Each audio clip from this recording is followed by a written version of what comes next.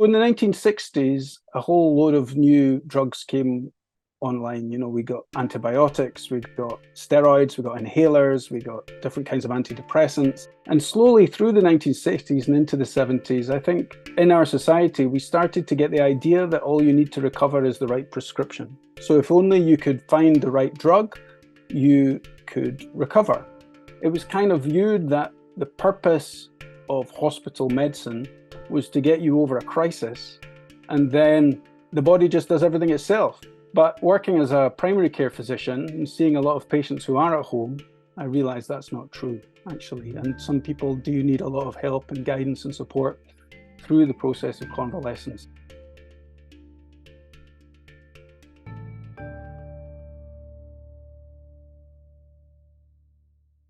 Convalescence means to grow in strength or to gather strength.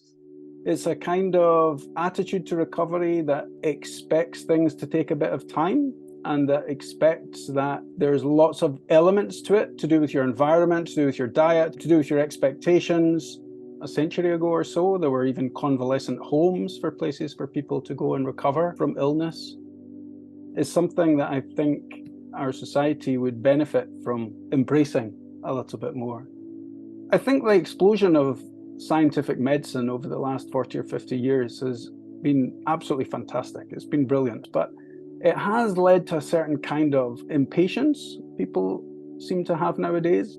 Quite often, if somebody has a pneumonia, I'll prescribe them a course of antibiotics, usually only 5 or 7 days, maybe 14 days if they've got a degree of chronic lung damage. And sometimes I'll get a phone call from that patient on day 7 saying, "Do you know, you gave me antibiotics a week ago, but I've still got a cough."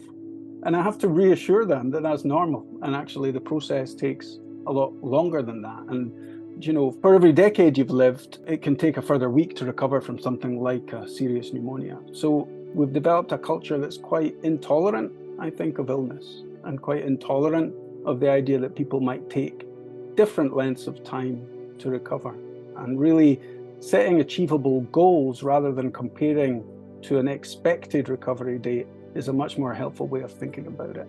If you set yourself small and achievable goals, even week by week, then you can see your progress and you're much less likely to force yourself back too early, which will then make you more ill and put you backwards.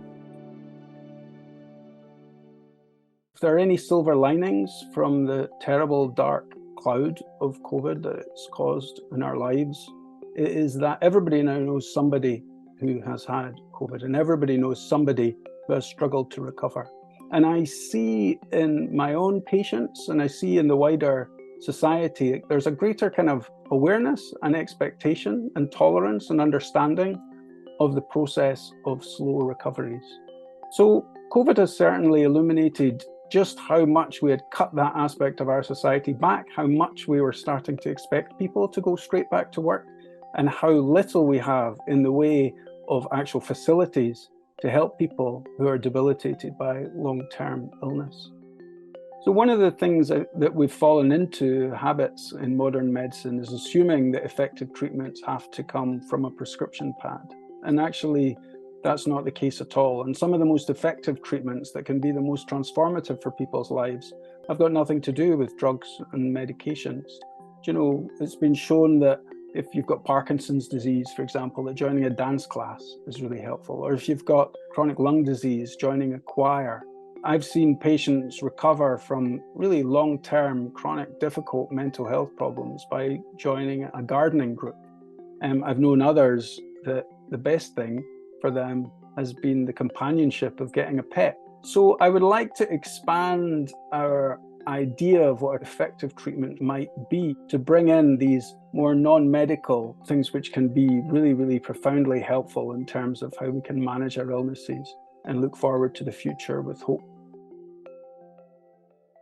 The really effective doctors, really effective clinicians are ones who can try and help a patient manage their expectations in a better direction.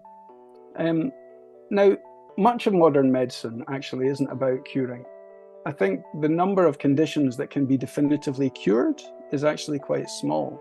And most of medicine is about mitigating and palliating and softening and helping people live with dignity and autonomy, even when their condition is one that can't be cured. And so what I would like people to take from this book is this idea that even if your condition is one that can't be scientifically cured, even if it's one that there's a lot that's still unknown about, it's still possible to shift your expectations, to build in achievable goals, to do all the things you can do to help yourself.